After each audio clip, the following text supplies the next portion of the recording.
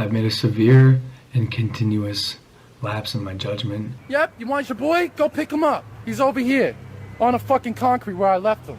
On an individual level, we have to learn that they are vile. Not worth calories. And you're Gen Z, and you won't date me. My email accounts are... True international effort to pressure. The camera's been on the whole time, huh? I don't even know. Gentlemen, welcome. Please find a seat and relax. We have a lot to discuss.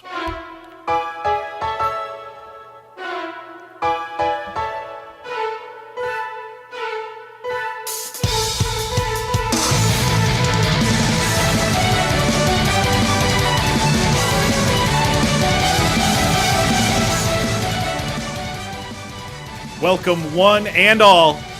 I'm KC. I am DC. And we are two goddamn gentlemen, bringing to you this and every week a celebration of all things gay Jewish Nazis and militarized funeral escorts. That's right. Gay Jewish Head over Nazis. He was the best. Head over to twogoddamngentlemen.com where you can see and vote on the Hall of Gentlemen in all new fancy, easy ways. Find links to our Twitter, voicemail, YouTube, and Patreon, which gains you access into our live Discord during the show and to our Lady of the Night and Podcast We Beat bonus episodes. DC, if you would please read back the minutes to last week's meeting. So, Casey, there was a little bit of an online push after last episode for where can we find the voting, guys? This doesn't make any sense. You tell us to vote all the time, but where the fuck am I looking? And to their point, it is underneath the episode on the website at www.twogoddamngentlemen.com. But if you want to vote on multiple people, you would have to scroll through that whole page of episodes. You'd have to go through videos. You'd have to go through audio. You'd have to go through all this nonsense. Not worth it, right? So we're men of the people, goddamn gentlemen, if you ask me. And I decided to consolidate all of that into a voting booth, is what I've gone ahead and named it.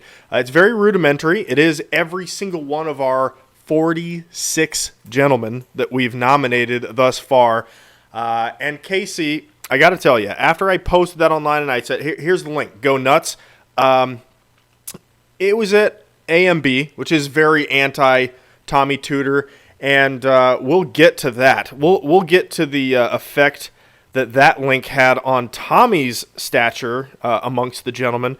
But we ended up getting like 3,000 more 3,000% more votes in just that 3 days than we had in the 4 months prior. Like it did a real number on the votes, and I think being episode 25, we owe it to the people to give the two goddamn gentlemen top 10 and bottom 10 as it stands through episode 25. I couldn't agree more, and I do want to say that it is very simple to now vote on gentlemen, but as a gentleman, I knew that you had created the voting, and I'm not going to go upvote my guys and downvote yours. This is a vote of the people, right? We're here to nominate. So yeah, we did that. I didn't know how shitty the last way was, so, whatever.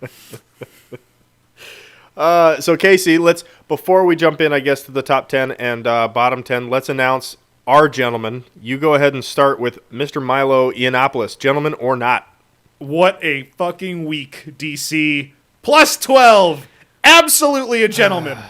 I have to agree. I love the guy. He's fucking hilarious. And Jeremy Dewitte somehow is not a gentleman, almost mirrored at a minus 11.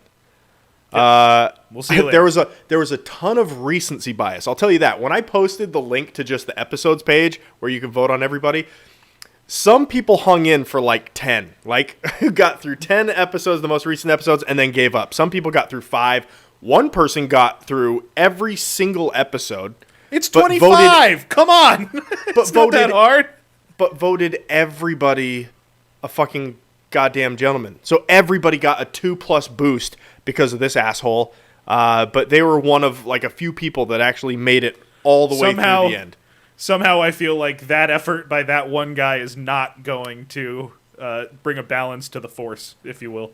Oh boy. Well, let's get into that. Let's start with the top 10 from the bottom. I'll go ahead and start because it is my guy at a plus 10. Okay? There's a lot of movement here. If you remember where our people were at, like, number 1 was plus 16, you know. David Merrill-Gill. Attaboy. At a plus 11. And number 9, Steven Crowder. Number 8, Andy Kaufman at plus 12. Tied, actually, for 7th with my guy Milo. That's right. Also sitting at a plus 12. And you got a couple at plus 13. Yeah, tied at 6, right, or 5, is Rick Majerus and Harry Vox at a plus lucky number 13.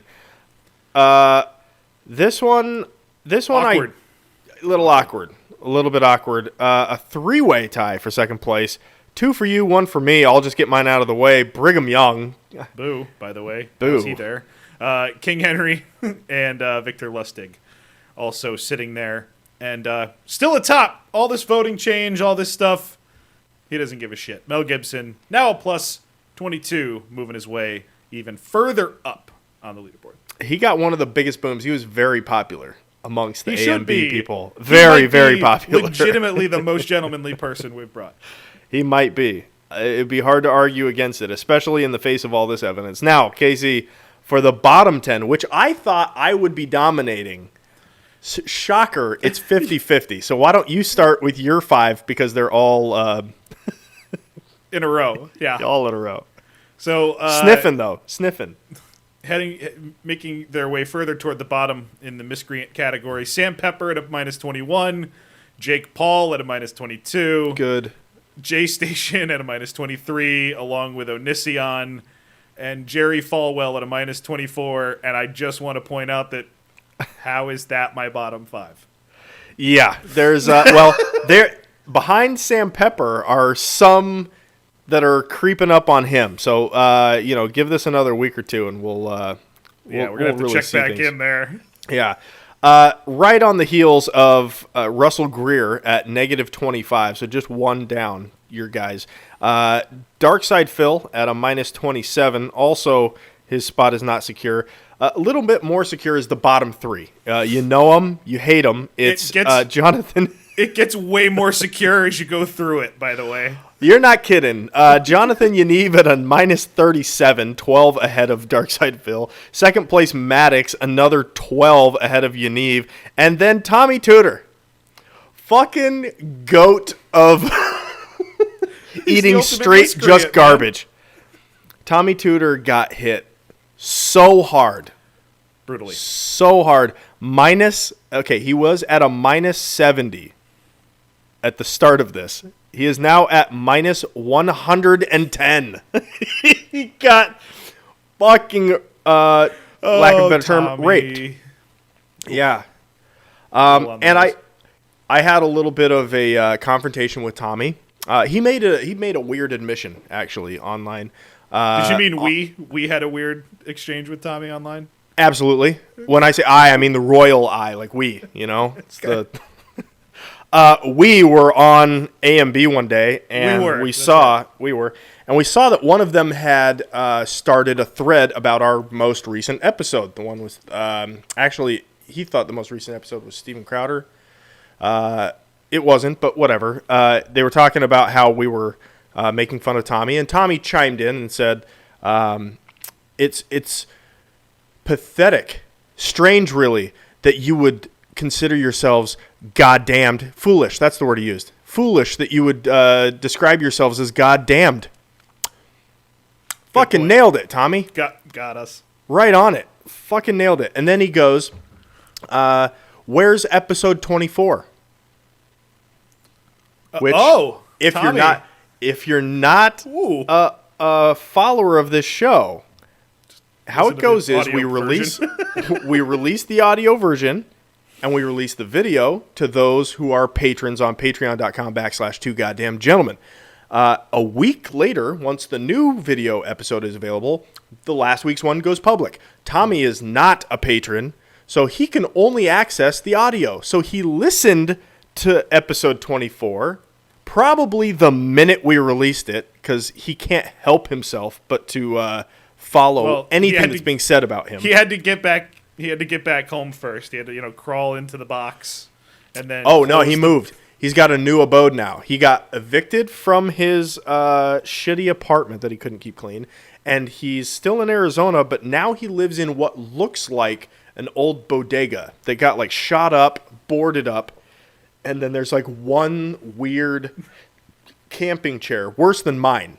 Camping chair outside. Ooh, yeah, that's if tough. you can believe that, outside tough. the door. The doors aren't even like, or the windows rather, aren't even like barred. They're just like metal sheet welded over it. It's that bad of an area, and apparently that's where he lives now. I'm happy he's got a roof over his head. That's what matters. Don't know what his rent situation is, but I imagine our taxes are paying for it in some degree, to some degree. So that's not encouraging. But he said, "I'm very curious to see what YouTube will think of that video. You said some hateful things." So I had to reply, and I said, we had to reply. First of all, thank you for being a devoted listener. That means the absolute nothing to us, but thank you for it anyway. And number two, who the fuck cares what Cuckshed thinks, or Cuck fucking Tube thinks about our show? We don't monetize there, you dick. Anyway, You got so him? Tommy's doing well. Tommy's doing well. Some other notables, Casey, from this week. Donald Trump, back above the poverty line. That was good to see. He's at now a +3. Yeah, I was worried about the slide he was taking, but everything's going to work out just fine. Everything's just fine. Lindsey Graham said he's innocent. Yeah. And Biden has slidden down to -18. Just one worse than Daddy 05. So he's actually knocking on the bottom 10's door right behind Sam Pepper. 3 behind is current president of the United States. So Uncle go Joe. figure. Come on. Creepy old, don't smell my shoulder anymore, Uncle Joe. Leave Joe alone. That's what I say. Yeah. I'm a fan of Joe. He's going to do a good job. You're smart. You're smart. That's right. DC, Yes, sir. I'm up first this week, Let's have it. and I am going to nominate an actual goddamn gentleman, like I do every week. But coming off the Tommy conversation, kind of feel like we have to clarify that gentlemen are the point. Sorry about that. Sorry about that, everybody. DC, What? my gentleman this week, Alphonse Capone. Ooh, nice. Now, everyone knows he's a gentleman, Of course. but just how much of one, even I didn't know until I did the research. Now, we've done 24 episodes up to now, Correct. and I think about, I don't know, maybe a third of the gentlemen I've nominated, roughly, have been people that I know all about, don't have to do a lot of research, kind of just get some notes and go, right? Okay. Have fun with it, because I picked them for a reason. Or, and I'm going to count the YouTubers in there, because those are so easy to research. There's really no research. It's just watching a YouTube video, being like, that's a shithead. Cool. That's a shithead. Let's write best of and then their name, and then clip it. Boom. And then wait for go. YouTube to fuck us in the asshole when we try to upload it. You got all steps of that process in the right order. Good job. So, one thing I try to avoid is just, reading off Wikipedia or reading off this or that, because it gets... Oh, God. Yeah. But what I found when reading Al Capone's Wikipedia was that this guy is even more fascinating than I knew. Oh, dude, imagine how curated that is. That's just got the best minds. It's That amazing. probably has been edited thousands and thousands of times for just the perfect wording, I hope. I'm not mad Close. about this. I'm Very not mad close. about this. Very close to the perfect wording. There's a couple parts where it's like, that's a little tough. But what I did find was that it does cover everything. Like, it was the best Wikipedia page I've ever read. So at points, I'm going to read a paragraph here or there. Okay. Just fucking deal with it, everybody. There's a point to all of it. I cut a ton of shit. But Alphonse Gabriel Capone, born January 17, 1899, D.C., is a goddamn gentleman, and here is why. He was a badass from childhood. He was a tough teenager. He grew up in New York before, obviously, moving to Chicago, which we all know. Even though he was a good student, he did not make it past the age of 14 in school. Okay. He was thrown out. He was thrown out. He punched a female teacher in the face. You know. Why'd you have to qualify that? We're equal now. Oh. Joe Biden's president. We're equal now. He punched a teacher in the face. They're Okay. just as capable of taking punches in the face as their male counterpart teachers. That's a good point. There you go. He just punched a teacher in the face, and I think he shouldn't have gotten suspended because that guy should have been able to take it. Correct. So he worked odd jobs around Brooklyn, a candy store and a bowling alley, being two of them. He got married. I like the way that what I read about the surroundings of his marriage was that he got married roughly a month after the birth of his kid, but they Okay. really I can respect that. Yeah, sure. DC, can you identify at all with anything happening here? Nah, man. Ours was 4 months before the kid was born. I can't. 3 months, whatever. 2 months 2 months. tomorrow. The baby's crowning. I do. Yes. Oh God. The baby objects. Apparently. That's ironic.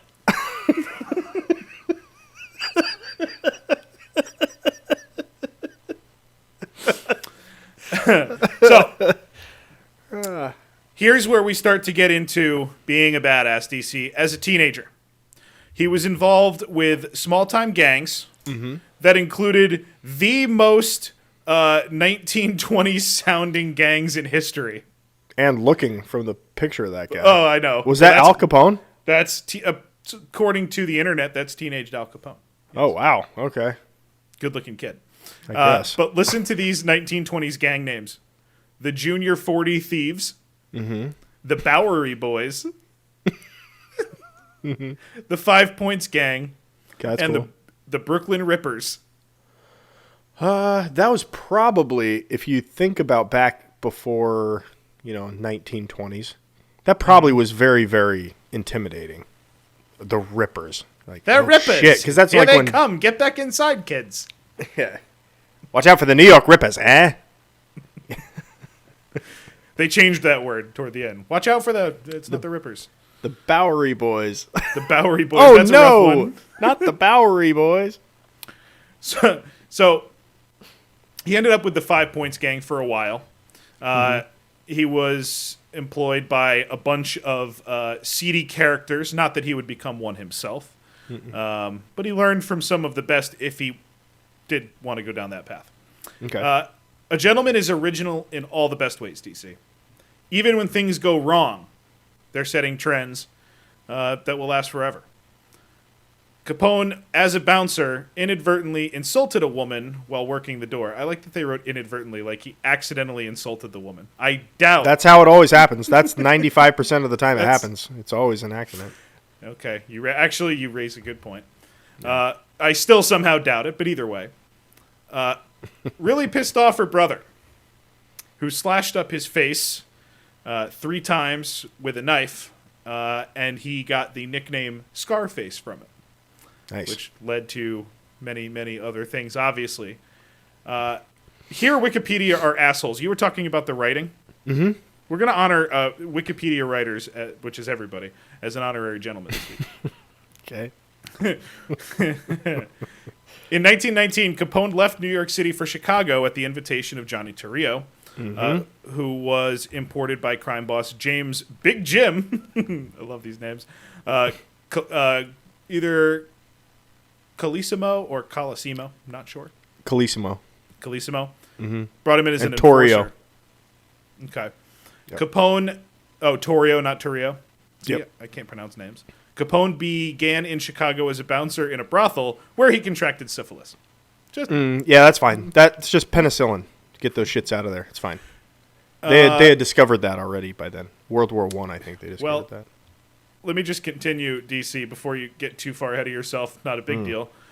He was a badass because with the syphilis, timely use of the proper medications could have cured the infection, but he never sought treatment for it, which goes completely fine and will not come back up and be quite a big focus toward the end of his life when we get there. It won't come back up at all. It's fine. No. That's how a gentleman deals with things. That's right. It's not a big Just deal. drinks more. Forget about the syphilis. It's a one-time discussion point. Never comes back. Right. And he was married, so whatever. Again, another good point. So DC, did my keyboard die? Don't do that to me. Oh, it came close. It came close. There we go. We good. Torrio? Help me again. Torrio. Torrio. Yeah. Mr. Torrio. Mr. Torrio. Oh, if we have pronunciations, I'll have you do it. It'll be fun. Like Mr. Calosimo. Any quotes? I don't know if I have any quotes. So his buddy Torrio, who Al is the right hand of at this point in Chicago, is causing all kinds of problems. He calls a bad hit on another gang leader, some Irish guy, Banyan. Everybody's pissed at him. But Al Capone is getting this bootlegging thing, which they were doing before he came in, but it's starting to pick up. Now, DC, for Thanks, people, Jimmy Doherty. Yeah, well, for people either living under a rock or are new to the planet, why would they need to bootleg in America? The Well, land of the because free and the home of the brave. women got the right to vote and impress upon the nation their own morals and values, which at the time was, the husbands get drunk. It was okay to beat wives a lot more than it is now, which is zero. Actually, I think the pendulum has swung way too far where, like, things that aren't even abuse are, like, not okay anymore. Like, anyway, I won't get into that. Such as? So, they voted it illegal. You could not consume or sell alcohol in the United States of America. Absurd. And that's because the North won. That's true. Yeah, the South one, never, you just do whatever you want in any state you want. Never would have had prohibition. Never. In the North, they might have. It might have flown up there. So during Prohibition in the U.S., Capone was involved with bootleggers in Canada who were helping smuggle his liquor into the U.S. When I put this in. Oh, I want to have you do the accent here because you're good at those. Okay. You're doing the Capone accent. I'll give you the line. When Capone was asked if he knew Rocco Perry, who was the king of the bootleggers from Canada, here was his reply, DC. Why, I don't even know which street Canada is on. Well, I don't even know what street Canada's on. That's perfect. There you go. Just as funny when you do it after I read it. Just as funny. Let's not do that again. Let's not do that again. I think I can get the accent down now. I'll try it next time. Public Enemy, DC. He had a little problems with people throughout his time. As you can imagine, a gentleman always does. He pushes the bounds, right? He's always trying to expand and do good. A gentleman's got haters. Friends and family. That's right. That's right. That's right. So in January of 25, he was ambushed, but he survived. Not really hurt from that. But Torrio was targeted just about 2 weeks later when he was shot several times returning from a shopping trip. After recovering, Torrio's like, you know what? It's been fun. This is pretty great. But you know what, Al? I think you got this now. You're 26. You're growing into the shoes of a real leader. I think you can do this. Why don't you take over this giant crime syndicate, which has, government protection. We've helped get the political leaders into place. We've got the cops. We've got everybody. You're in charge. And a gentleman never takes no for an answer, DC. So he takes over and he says, you know what? I think we're doing good. But can we do better? Can we do better? Well, I think we can. And never taking no for an answer includes when you go to businesses and say, listen, we need you to pay a tax to us, right? We're going to get you some booze. You're going to sell it. You're going to pay us a little bit. Everything's going to be good. But when they say no, we don't want to be really involved with you. You seem like seedy character. You can blow them up. That's always an option. Different reports have different amounts of people that were killed in these explosions, potentially 100, potentially more. But DC, don't worry, forget about all that. Capone was responsible for the proliferation of brothels in the city. So, there you go. One bad, one good. That's an easy decision to make as a business owner, of a fine establishment. Al Capone comes in, says, "Hey, listen, there's money to be made. Everybody's making money over here. We understand you're making money this way.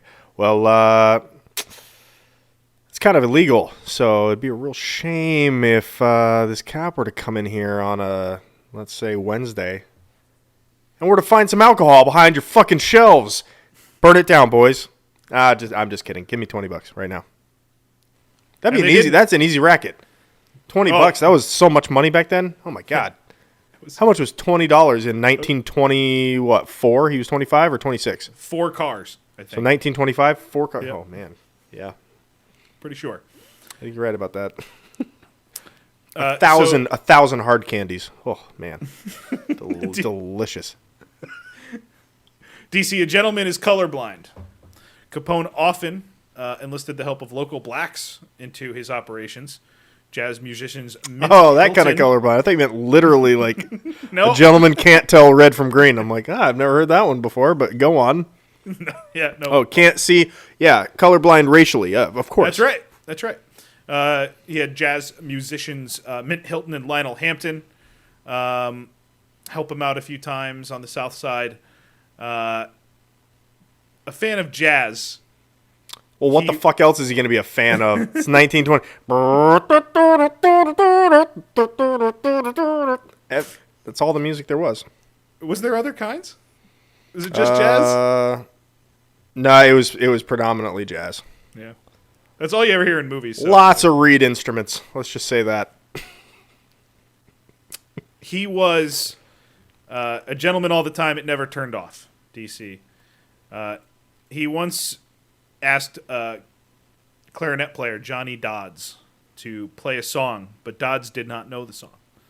So Capone gave him, handed out half $100 bill, or a full $100 bill, and ripped it in half when Dodds went to take it. And said, you can have the rest of it when you learn it. It's a gentleman all the time. And clarinet, reed instrument. And if you're not sold on how much of a gentleman he is, yeah, you're right. Yeah, they're all going to be reed instruments. No more instrument talk. We'll just assume the rest were.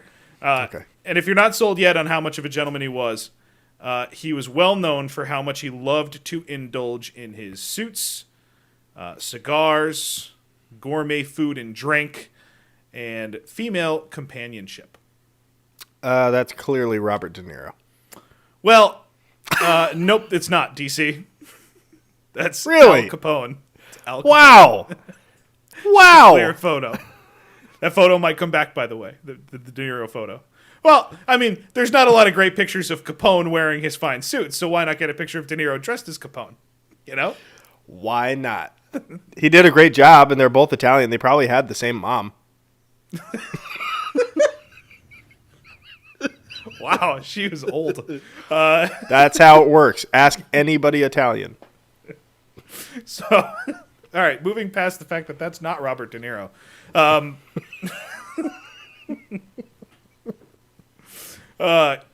He was really well known for the jewelry.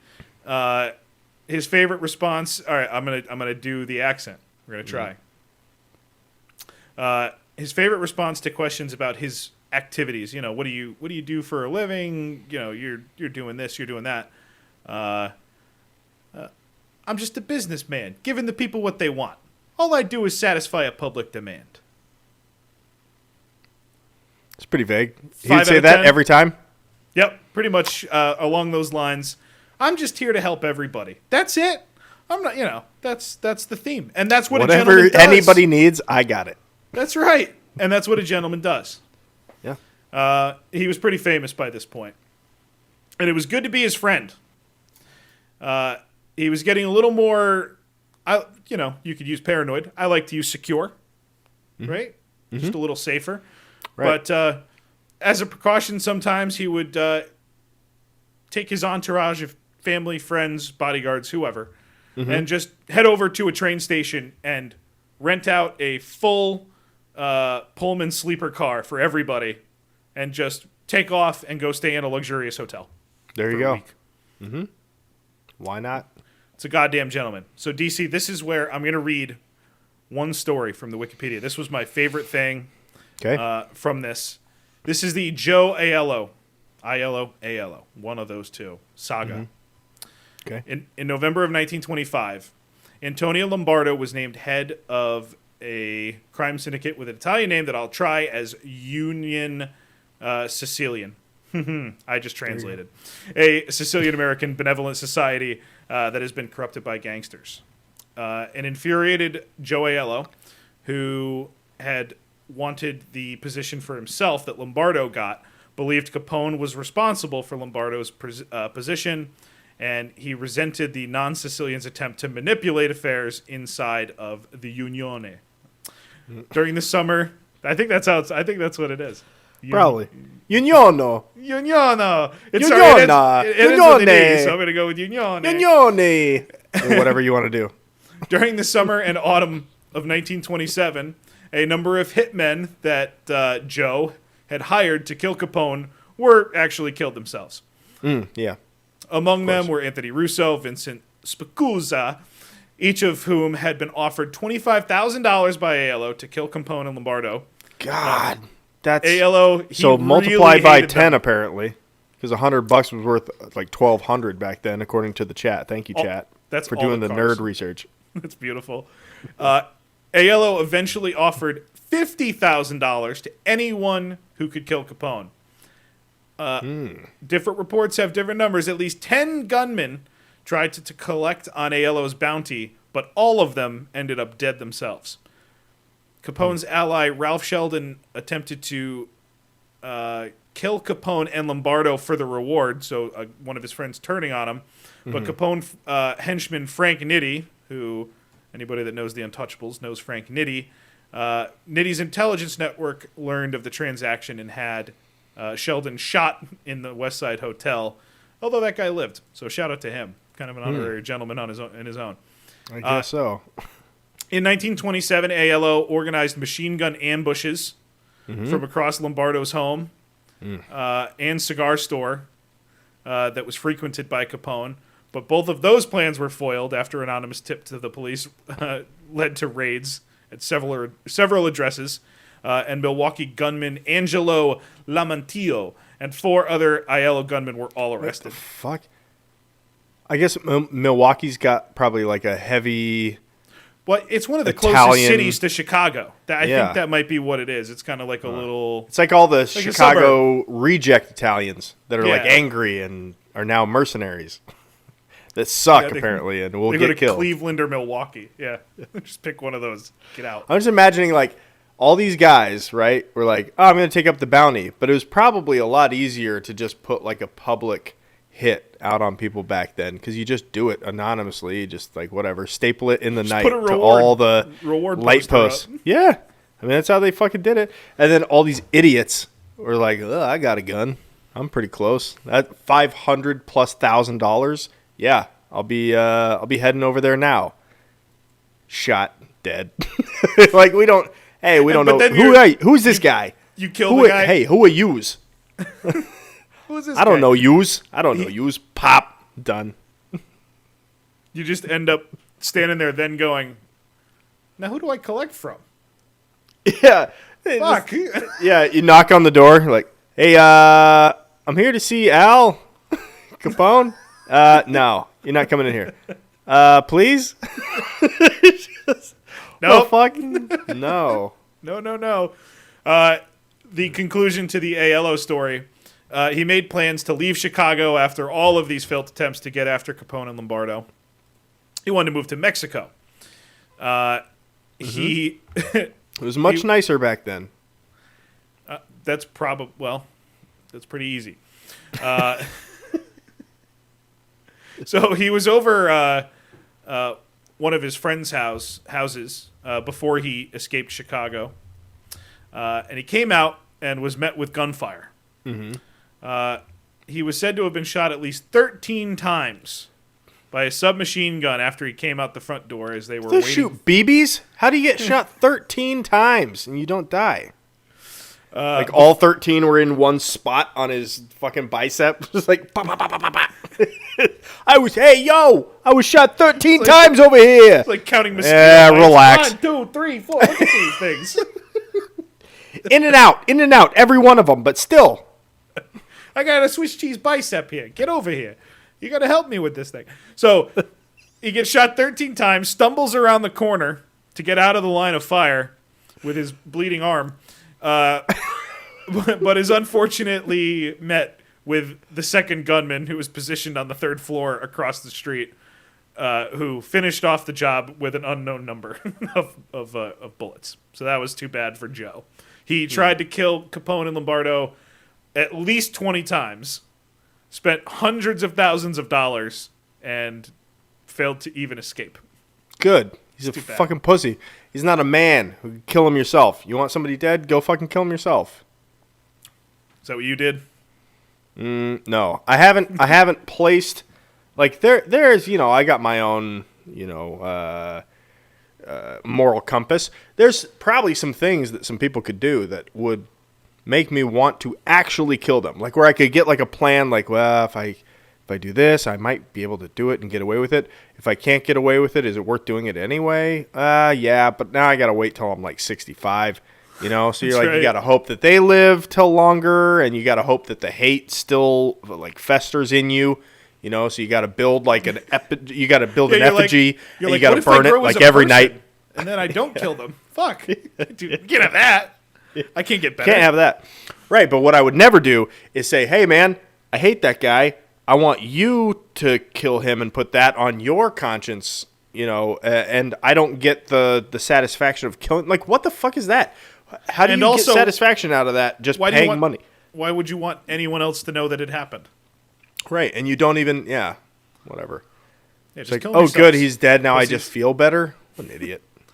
So Capone was looked at almost as a Robin Hood, right? As you can imagine, right? Imagine if alcohol was canceled, but then somebody was bringing me That is alcohol. not hard for me to imagine. I They know. tried to do it. No bars. No more bars. You're done. Yeah. So imagine if that was happening, but your mailman kept bringing you beer. You'd love that guy. Yeah, the DoorDash. It kept the beer going. So that was It's Capone. just like now. 1925 is like 2025. That's what it's going to be like. Oh, God. We got to prepare. They did not learn their history. Every 100 years, it just happens again. Yeah, and we're still 10 years away from the Depression, so it's not good. Dude, cross your fingers. We're only 10 years away from that. No, it'll be fine. Everything's Yeah. going to work out. Joe's president. So let's move Yeah, forward to 2024 won't be a war. That's not going to happen at all. So a very famous part of his reign in Chicago was the St. Valentine's Day Massacre. Oh, yeah. So he was widely assumed to have been responsible for ordering the 1929 massacre in an attempt to eliminate Bugs Moran. That's the best name ever. Doesn't match the face, but if you know Darth Drock, or Finn's fan, as he's known affectionately, put a beard on that guy, and you got Darth Drock. That's actually pretty good. That's actually pretty good. So Bugs Moran, head of the North Side Gang, is now the target. Now the motivation for the plan may have been the fact that some expensive whiskey, illegally imported from Canada, over the Detroit River had been hijacked, and Bugs and his crew were suspected by the, well, I'm not going to say Al Capone. He's a gentleman. He's just a businessman. Sure. But by someone, they might have been suspected to have been responsible for this, which is unacceptable, of course. Right, you got to do an audit. Yeah, that's right. We got to figure out what exactly happened here before we react. So, to monitor their targets' habits and movements, Capone's men, or someone's men, rented an apartment across from the trucking warehouse and garage, which served as Bugs's headquarters. On the morning of Thursday, Feb 14, happy Valentine's Day, everyone, Capone's lookout signaled gunmen disguised as police officers to initiate a police raid. The faux police lined up the 7 men inside the warehouse along a wall to search them, question them, and such things, or perhaps not. Make sure everything was on the up and up. That's right. That's right. Or to signal to accomplices armed with machine guns and shotguns to kill all of them. Or that. Now, photos of these victims, which you can see one there. Oh, shit. I didn't know that photos existed. Oh, Hey. right on Google. Right on There the you Google. Shocked the public and damaged Capone's image. These were put in the newspaper, DC. Within days, Capone received a summons to testify before a Chicago grand jury on charges of federal prohibition violations, but he claimed to be too unwell to attend. I don't think so. Come on. Who's got the time? In an effort to clean up his image, though, Capone's a good guy. He donated to charities and opened up soup kitchens in Chicago once the aforementioned depression began. And now we're back to De Niro, Capone, because he's back to being a good guy. Excellent. All good. All good. White hat. In the wake of the St. Valentine's Day massacre, Walter Strong, who was the publisher of the Chicago Daily News, asked his friend President Herbert Hoover for federal intervention into the state of gang warfare and Al Capone in Chicago. Not good news for our hero. Or for alcoholics. Yeah, most news isn't good news for us. This just in, the sun came up again. Ah! Fuck. I hate the sun. I thought we had it today. So that meeting launched a multi-agency attack on Capone. The Treasury Department, Justice Department, all developing plans for whether it be the Volstead Act, right, prohibition, or income tax, which eventually they get him with. Fucking communists. God damn it. We're going after. Oh, and I kept a couple of things in here that I learned about the trial that are very interesting in terms of the fucking what you just said. Like So- the RICO? No, I didn't have anything about RICO in here, but just the judge tactics are interesting. So all these departments are going after him, and this DC is the part of the Wikipedia entry that I want to but I can't. I hate it. I hate it a lot because I love this movie as much as anyone. The Untouchables, which is about the entire takedown of Capone, which the De Niro picture comes from, of course. With greatest of all time, Kevin Costner. That's right. That's right. His second best movie, only to Draft Day. So Yeah, that's true. you pancake eating motherfucker. So it's the best. So direct quote from Wikipedia, because if this isn't the holy fucking shoehorniest thing I've ever read on the internet, is if they had to get, because they knew this was the Al Capone page, there needs to be a link to the Untouchables page, right? Yes. It needs to be mentioned here.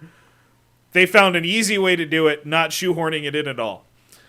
Here we go. The exact quote. That meeting launched a multi-agency attack on Capone. Treasury and Justice Departments developed plans for income tax prosecutions against the Chicago gangsters, and a small elite squad of Prohibition Bureau agents, whose members included Elliot Ness, were deployed against bootleggers in a city used to corruption. These lawmen were incorruptible. Charles Schwartz, a writer for the Chicago Daily News, dubbed them as the Untouchables, and then they link to it.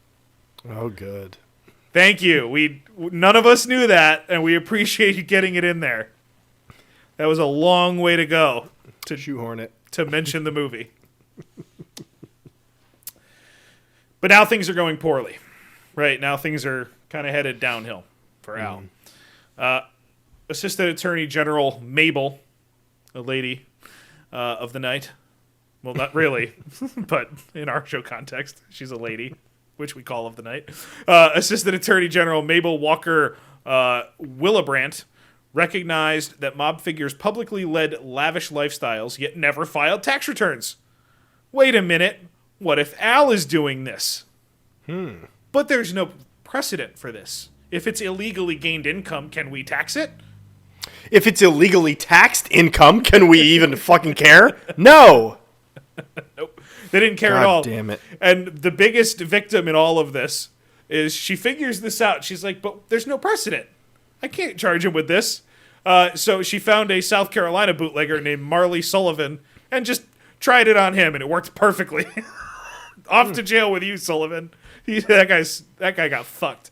So And precedent set, use it on everybody. that's right. That's right. So June 9/11, precedent set, still got the TSA in 2021. You're welcome, everybody. Oof. Yep. And what do they find? 100,000 times, 100,000 times less people than COVID, and we're only a little slightly inconvenienced by having to wear masks around idiots. Oh well. And two now, actually, 2 masks now. The CDC. I'm wearing it's up 4. to. You're at 4. Good. Mm-hmm. How many condoms are you up to? That's the real question. I've always You been should at be 0. up to 8. Oh, you shit. always should be up to 8. You should be up to 8 by now. The CDC demands it. 10 condoms for everyone. June 1931. Capone is indicted by a federal grand jury on 22 counts of income tax evasion from 1925 through 1929. Released on $50,000 bail. A week later, Elliot Ness and his team of Untouchables, linked, inflicted major financial damage on Capone's operations and led to his indictment on 5,000 violations of the Volstead Act. They seized the shipment. So, now indicted. Here we get into the shady shit, and this I only included because I know you're gonna have thoughts on this stuff because you hate this stuff. So, June 16, 1931, at the Chicago Federal Building in the courtroom of Judge Wilkerson, Capone pled guilty to income tax evasion and the 5,000 Volstead Act violations as part of a 2.5-year prison sentence plea bargain. However, July 30, 1931, so a little over a month later, Wilkerson refuses to honor his plea bargain with them, and Capone's counsel has to rescind their guilty pleas. Wilkerson later tried Capone only on the income tax evasion charges and determined they took precedence over the alcohol stuff. So instead of having... Of course they do. You owe us money. That's right. Takes precedence. That's right. And you got a lot of it. So this change, with him refusing to honor their plea bargain, causes a comedy of errors within his trial. Witnesses and ledgers were talked about a lot, but they only strongly implied Capone's guilt or tying him to all of the different income coming into the organization, as opposed to just outright stating that he's running it, right? It doesn't say at the top, President and CEO Al Capone. It's like, oh, well, that entry might be Capone, but what's going on here? So nobody really knows what's going on. But instead of having a plea deal, which gives them weeks or months to prepare, now they don't, which means they start the next day. And now it's not a plea bargain trial. Now it's a we're not guilty trial. That's not great. This was my favorite part of what I read on the Wikipedia page. They had mere hours to prepare for the trial, not days, hours. And they ran a weak defense focused on claiming that essentially all of his income was lost in gambling. Now, that would have been irrelevant regardless, since gambling losses can only be subtracted from gambling winnings, but it was further undercut by Capone's expenses, which were well beyond what his claimed income could support. That, you and I, if hired as his lawyers that day, could have done better than gambling. I hope so. I hope so. That's awful. They're all lost to... All I would have claimed is ignorance. Claim ignorance, you'll get more of a slap on the wrist than fucking he lost at gambling. Yeah, like, I oh yeah, didn't we know knew the that. law. We knew the law. He just couldn't do anything about it because he lost the money gambling. That's not good. Not a great defense. No. Or, hey, my client is actually a sovereign citizen. He denies your claim to his money, and you'll have to send one of your goons to his house with a gun, and he'll meet him there with his guns. We'll see how it goes. because that's how gentlemen should act. And they probably did until 1865. And then it was all over after that. So Then it was all written rules and take it to court. Spread your Motherfuckers. cheeks. spread your cheeks. Is that always third on the list? So the Take it government to court. charges Capone with tax evasion of $215,000 in taxes on a total income of over $1 million during the 5-year Yeah. period he was charged for. He was convicted on 5 counts of income tax evasion on October 17th and was sentenced a week later to 11 years in federal prison, fined $50,000 plus $7,700 for court costs, and was held responsible for the $215,000 plus interest due on his back taxes. Of course. And this was in 1931? Yep. So he was 32 years old. Can you imagine? Can you imagine in 2 years this coming down on your head? I only wish I could afford those problems. You didn't pay taxes on your $1 million income. I don't want to pay taxes on my way not $1 million income. Right? It's funny how that works. It Yeah. never gets better. Capone was sent to Atlanta Penitentiary Uh-huh. at 33. Upon his arrival, he was 250 pounds. But then he was that's diagnosed with syphilis. He wasn't feeling well before, right? I hope you forgot about that. We haven't talked about this yet. He might have syphilis. Yeah. Also had gonorrhea, just as a kick in the balls, but the syphilis is the important one. And the clap. And probably some crabs. And also because they did not cocaine. shave back then. That's 100% true. And cocaine withdrawal, just as a kicker. Oh, no. Yeah. Oh, So yeah. he's getting the shivers, the vapors. He's got all of it. Just throw it all out of there.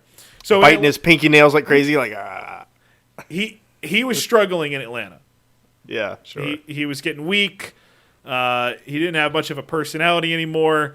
The most He's troubling getting raped every day. Sure. He can't run. He's 250 pounds. Well, he wasn't for a while. He kind of went down. The weight kind of fell off.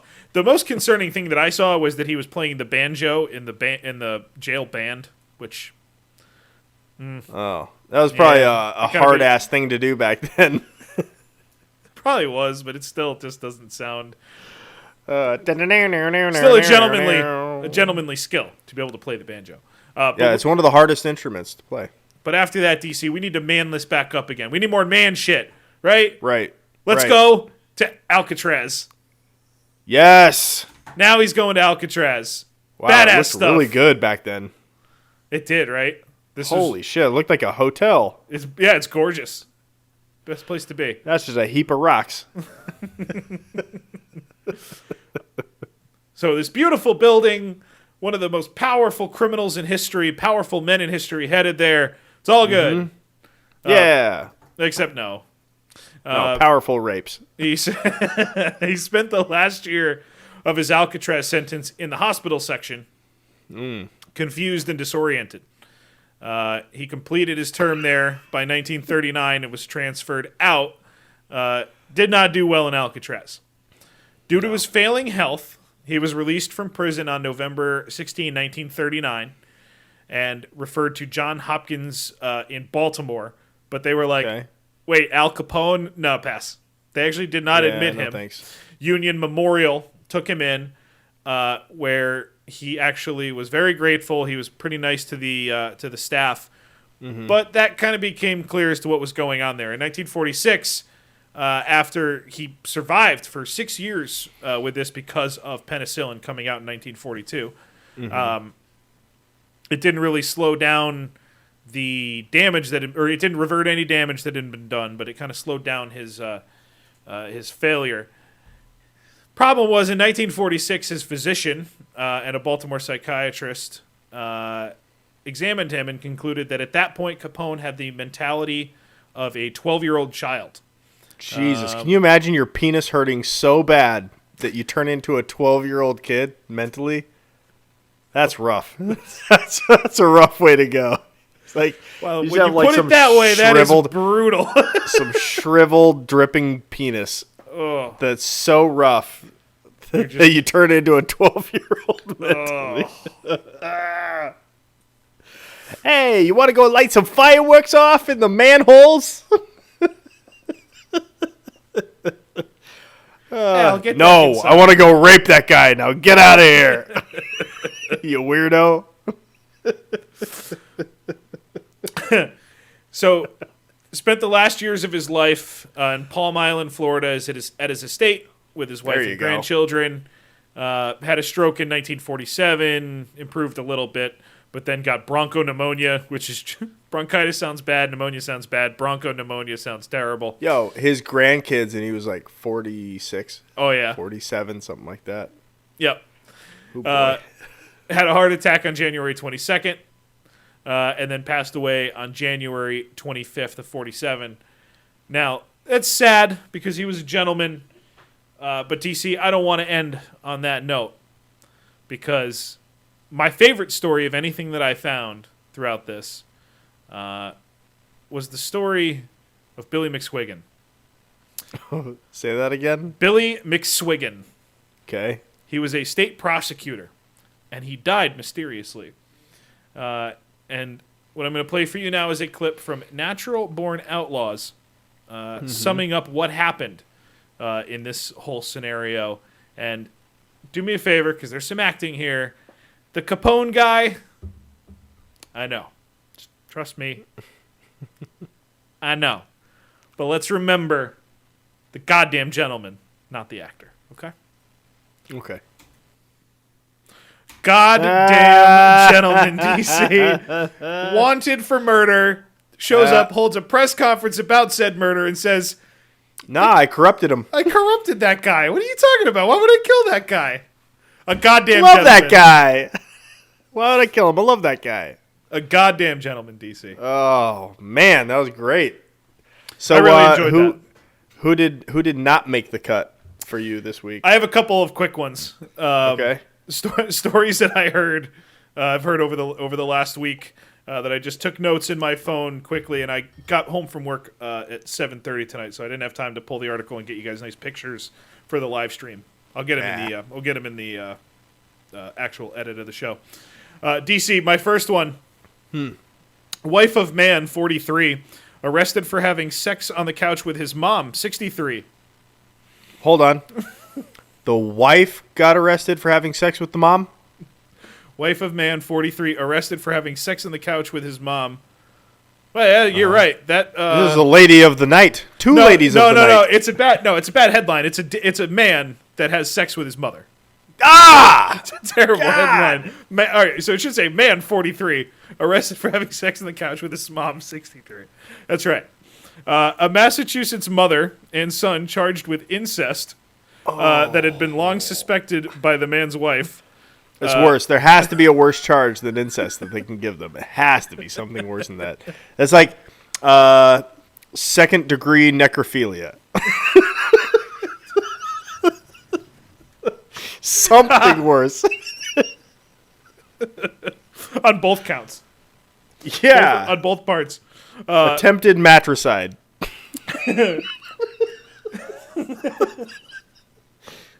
Oh, fuck. That's so gross. That's so gross. A Massachusetts mother and son charged with incest that had long been suspected by the man's wife told police she always thought there was something going on. Cheryl Lavoie, 63, and Tony Lavoie, 43, who are biologically mother and son, were charged with incest after his wife, Lori, walked in on them having penetrative sexual intercourse in the living room in a home they all share in Fitchburg, Massachusetts. Didn't you get your fill at the Daddy 05 episode of being the bad guy? Did you not get your fill of it then? Because this is making me want to throw up. This one makes me laugh so hard. Oh, good. Then continue, please. This fucking story makes me laugh so hard. I don't know why. I bet Freud knows why. I don't think he does. I don't think he does either. Despite the mother and son claiming the depraved act was the first time that they had sex, It's okay. it's now been revealed that Lori told police officers who responded to a 911 call in May that she had many doubts about this claim. I was always suspicious of the two of them having an intimate relationship, she said. She told Officer Mark Caddy, who attended the sick scene, according to a police report. However, Lori told Fitchburg, oh, there's a picture of them. That's nice. The mother, I'll put that up in the edit. The mother-son incest was revealed when Lori walked into the room, and after the shocking discovery, she went down to her bedroom, closing the door, before calling her cousin and then 911. Hopefully, her cousin and her not having the same relationship as her husband. So that's number one. Oh my God. Honorary gentleman number one. That guy. My other one, man jailed for having sex with chickens while wife filmed. No longer allowed to have animals. Not as offended. I'm not as offended by that. You might actually be. Just hold on. A twisted pervert. Well, that's not subjective at all, huh? Or redundant. Mirror Online. Okay, fair. Twisted pervert jailed for having sex with chickens while his wife filmed. Will be allowed to keep animals again after a lifelong ban was lifted. How about that? Well, that's the wrong play. That's the wrong news. play. Good news for the story. Oh my God, that's the wrong play. If you're gonna have a couple bestiality where one partner is filming, clearly the male partner needs to be filming the female having sex with the chickens, where she just fills her snatch with seed and then lets the bird come and just peck it out of there. You know, because then the bird is not being harmed. So when you get arrested, inevitably, as you will be, doing these things, your defense can be there was no actual harm done to the bird. In fact, it added a nice fishy flavor to the seed, which the bird also likes. Well, so you could not only win-win. You could not be more right. They should have switched around the roles, because these chickens. But when you say like, "Oh, this man killed this chicken by penetrating its butthole with its human penis," which he did, by the way, which is 20 times the circumference of a rooster's penis, I would imagine. Actually, I don't think rooster penises even enter the vagina, right? Don't the chickens lay the eggs and then the roosters like inseminate the eggs afterwards or something like that? I don't know how chicken sex works, but I'm pretty sure I learned in elementary school that the process happens after the eggs are laid. I'm going to work on my acting here. Ready? Mm-hmm. That's exactly how it works. Perfect. Thank you, Casey. Move on. DC Science Corner. Bradford Crown Court heard that they had a stash of sick home movies of him violating the animals, along with images of trafficked young children being sexually abused. Not a good couple. Oh, God. That's the only mention of that we have here. Couldn't leave that out, of course. That's relevant to what they're up to. But DC, as far as what you were saying, the chickens, they were dying as this went. Of course. But the update is that when his lifelong ban is lifted, which it is, he can have pets again. So it all worked out in the end. Oh, good. It all worked out. Go Team Human. So there you go, DC. That is my my gentleman, my honoraries. I'm there. God. I'm done. Casey, that was fantastic. I had a couple honoraries of my own. One is a video. The other is a mugshot turned into a meme-ified headline. I don't know if it's you know how the internet is nowadays. If you will for me, go ahead and just hit play. There we go. Yes. Now, when I saw this, I hadn't seen it anywhere else but on LiveLeak, right? So I was like, oh yes. Like, this is really funny. I'm gonna share this. And then I saw it all over Instagram. So you may have seen this already. This is a video of a Zoom call between a judge and two lawyers. The one lawyer looks like Colonel Sanders' nephew, disgruntled, drunk Colonel Sanders' nephew on the top right. The judge is in the bottom left, and then in the bottom right is who I hope is the prosecuting attorney, because this man is very old and very dumb as far as technology is concerned. He has applied a filter of a cat over his face, and so he appears to be a cat talking to this judge, and the judge is trying to help him out. Keep your eye, as this conversation goes on, keep your eye on the lawyer in the top right. And if you don't know what I'm talking about, go to patreon.com/2goddamngentlemen. So you can see this day one, how funny this is. But go ahead and push play on this. You have a filter turned on in the video settings. You might want to... The eyes moving. We're trying to... Can you hear me, Judge? I can hear you. I think it's a filter. It is, and I don't know how to remove it. I've got my assistant here. She's trying to, but... Jerry's pissed. I'm prepared to go forward with it. I'm here live. I'm not a cat. I can lawyer. See that. Jerry starts laughing. I can see that. I'm not a cat, Judge. I'm prepared to go forward because I am not a cat.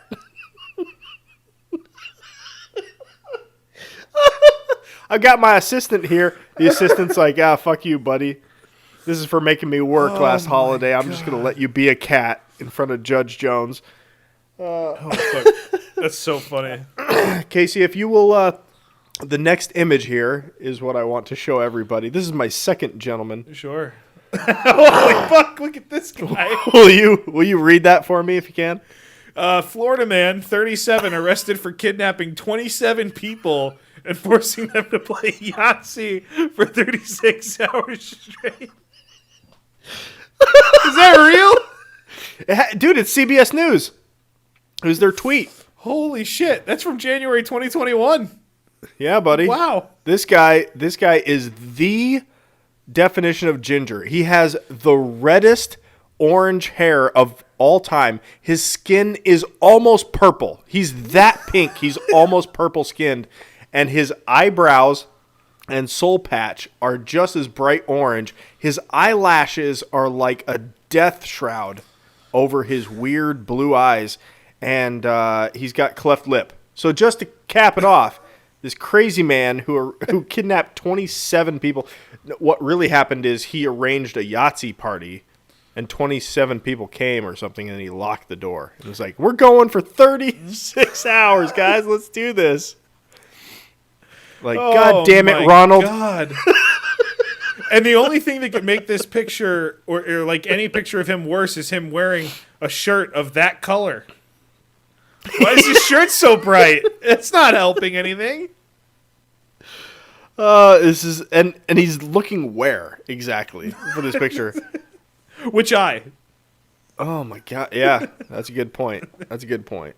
His nose is a potato. Like everything about this guy is just horrible. It's the worst soul patch ever. It's 12 individual hairs. Yeah, aimed all down. of which are bright orange. Oh, it's just the most unfortunate looking person that matches perfectly with the title there. All right, Casey, without further ado, because Al Capone is such a we might go an hour and 45 minutes tonight, maybe 2 hours. Without further ado, Casey, my gentleman of the night is none other than local legend JJ Stallin. Now, I've blurred the faces of almost every single person involved in this. I've blurred JJ's face. I blurred the dog's face just in case. You never know who knows who, you know. But I want everybody to know, if you're watching this on YouTube or if you are a gentleman on patreon.com/2goddamngentlemen, you may think that a lot more than just the pictures and the names have been doctored, because it's so outrageous what I'm about to show you. It's not. Only pictures and names have been altered. Everything else is 100% real, and it's story time. Casey, this gentleman is personal. I know this person. I have hung out with this person before. And this person apparently lost their mind a while back. But more recently, they came back to Facebook and lost their mind publicly for everybody to see within the last 4 to 5 days. It includes a number of acquaintances of ours that we know. So we've had to, we said day one, we will make fun of everybody, but we will not dox anybody, right? And I have a feeling that in the next coming weeks, there will be arrests, there will be restraining orders, there will be possibly lawsuits coming. Mm-hmm. So to protect the show and to protect us, this episode is going to be completely censored just as a comedy bit. But we will come back with updates, and maybe we will reveal this person's real name. But for now, it is JJ Stallin. He is from Connecticut. He dated a close friend of my wife's. They were engaged to be married. While they were engaged, her brother, who is suffering from drug addiction, OD'd and died. He allegedly, JJ Stallin, allegedly found the body, or if he didn't find the body, he helped move it. So he was very intimately involved in an OD death about 4 or 5 years ago. Mm-hmm.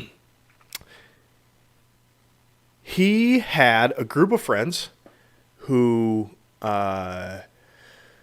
also were into drugs, heavy drugs. This drug called, oh my goodness, I'd have to look it up. It comes up later. It's like GHD or GHB or something similar to that. I believe there's a GHB. GHB. It's a molecular compound name. So, gluterohydroxidextrose or something stupid, whatever it is. Bacitracin.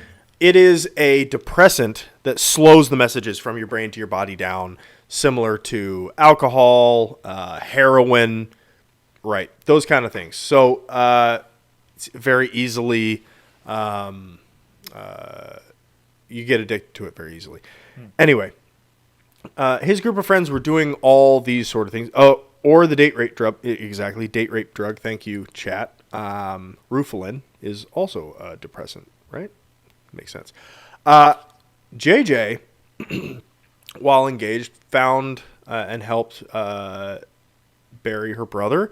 Her mom died and her dad died, so she kind of inherited this house, and he helped her, or was helping her, get the house in good shape to sell and everything, and things went south.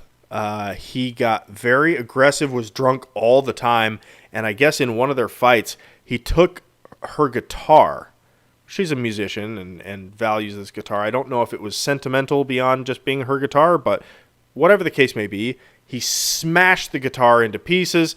They broke up. It became a stalking situation where he was crazy, wouldn't accept the breakup, and she had to get restraining orders against JJ, right? So that's just the kind of guy that he is. He never let it go. Before you keep going, I just have a thought. Yeah. If you told me that any person had their brother OD and then both parents die, mm-hmm.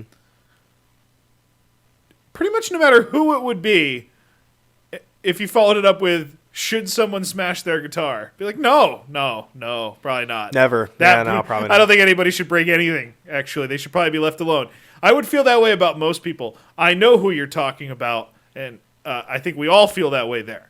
Yeah, right? so we all hate this guy. Insanity. Anybody who knows this guy. I didn't know any of this. I'm learning most of DC kind of clued me into this a little bit because this is way more on your white side. He's older than you. He's like 5 years older, so he wouldn't have even overlapped you in high school, but he did go to your high school. Correct. So I'm learning all of this really for the first time. I'd never heard of him. DC asked me early in the week, hey, do you know who JJ Stallin is? And I was like, no. No. Not Oh at all. boy, we're in for it. Yeah. So, but I do know his ex fiance, and yeah, that's bad behavior. So this guy had kind of a reputation for being crazy. He was in and out of the courts for numerous things. In fact, if you followed the old podcast, I posted a picture of myself coming out of court, saying that this is going to be a topic on the podcast. That's right. DC beats his charges or whatever, right? Mm-hmm. That day, when I was in court arguing my stupid fucking traffic violation, I ran into JJ. JJ was paying one of his fines where they were talking about the amount of money that he was going to get off of his rent or something in lieu of community service or something like that. But he was in trouble, right? Mm-hmm. And he had his lawyer in there. His lawyer looked kind of downbeat and downtrodden, whatever. He had like patches that needed patches, that kind of thing. And I was like, oh, man, I kind of felt bad for him, but I knew that he had that weird sketch history with my wife's best friend. So I was like, I'm not going to talk to this guy. If he recognizes me, I'll give him the little affirmative nod, like, hey, what's up, buddy? Didn't talk to him, but left, and that was where I left it. Then years later, he starts an Instagram page that is just filled with all these weird paintings that in the caption he's like describing what the painting is. Always it's about this girl. Always. He can't let it go.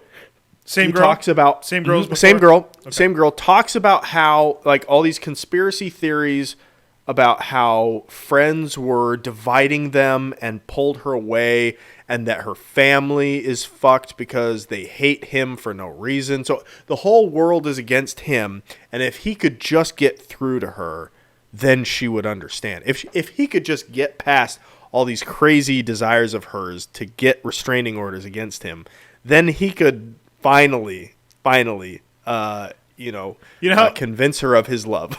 You know, when you're arguing, whether, for you it would be your wife or for me, girlfriend, whatever it is. Right. When you're arguing and you're so passionately entrenched in your viewpoint, and you just need them to understand. Yep. Right? You need to put them in your head. You need them to get what you're saying. Mm-hmm. And then 2 hours later, every once in a while, you'll be like, that didn't matter at all, and I was probably wrong. Right? That was probably I was probably wrong about that. It sounds like JJ has never had that moment where he's like, no, because we've all felt that way. Like, listen, the fact that you're not getting this is actually crazy. Like, it's crazy that you don't understand what I'm trying to tell you. Right. But every once in a while, you got to look back and be like, yeah, what I was trying to tell her was probably not. No, it was stupid. That was pretty stupid. Yeah, but that happens. JJ's not having any of those moments. None of those moments, ever. And so this Instagram page, I creeped on it for a little while. It was kind of funny, but, left it alone. That was 8 months ago, something like that. 3, 4, 5 days ago, my wife looks at me and is like, you will have no idea who just added me as a friend on Facebook. It's like, you're right, so I'm not even going to guess who. And she goes, JJ Stallin. And I had to think for a second. I was like, okay, yeah. He had the crazy Instagram page. What's going on with him? Still torturing this girl? Turns out JJ has shifted his focus completely away from that, lost his mind even more, has dived even deeper into conspiracy theories. If you will play the next image for me, KC, JJ Stallin says, it be nice. I'm going to try to read it exactly how he types, because he is, it's awful. So I'm not misspeaking. I'm just trying to read. It be nice if someone else would help me with this. I've unspun the most ridiculous shit web. Keep that in mind, KC, the shit webs. Okay, we'll come back to that, because these are shit webs. How entangled the situation is. That's a hard R word way of saying it's a conspiracy theory. Yeah, right. A shit web. Right. Right. That's just a stupid way of saying conspiracy theory, a shit web. Okay. He's unspun the most ridiculous shit web. T-Mart fucking killed him or helped. It's so obvious his best friends are in on it. Ooh, we have a mystery, Casey. There's a lot to unpack there. Yeah. There's murder, best friends in quotes. Oh, so there's inferring they aren't really best friends. Let's move on to what other awesome nonsense JJ Stallin would post on his Facebook page with the next image, if you would. Elephants like birds, and they send them back. The hell do you think that means, Casey? I think I've seen a lot of stupid Facebook posts. This guy's out of his goddamn mind. I think that's what it means. Elephants like birds, and they send them back. Okay, great. So is that... Thank you. Is that like poor grammar for saying elephants are like birds? Or is it saying that elephants enjoy birds? And they send them back. Are they returning birds? I think he's trying to say that the birds are utilitarian to elephants. Like, they like them, but they don't hang with them. They send them back after they're done picking them clean and, like, doing what they're supposed to do. I think he got high on shrooms one day and just had an epiphany about, like, oh, man, Wednesday, elephants and birds are codependent, bro, but those elephants, they don't need those birds, man. They send them back. They like them, but they send them back. This dude's out of his goddamn mind. He's out of his fucking mind, and I'm here for it. So, in the next image, if you would, JJ Stallin shows what a great friend he is. And again, I've had to change names. So, Chet Cockdongler, or however you spell your name, it was nice to have you for a friend for a minute. Have fun on your terrorist compound. Have a fire. This guy cooks only with gas. He has no... There is one speed, and it's go with JJ. It's go. Right. So JJ is very paranoid. He feels like everybody is out to get him, including Speaking of which, Chat is out to get him. Stalking Chet, PC's Facebook to try to find this man. Yeah. Chat, yeah, everyone listening is trying to find this guy. Trick's on you. I'm not friends with him, so I already thought of that. I just got... JJ Stallin is very paranoid, especially about emails he gets about deliveries and orders that he did not make. I doubt that he did not make this, but we'll read it anyway. With the next image, please. JJ Stallin says, I just got an email. I guess I ordered some Depends. You guys are so fucking stupid. I hope this was real. I hope somebody ordered Depends for him. Somebody definitely did. Someone definitely did. And there's 9 comments you might have noticed.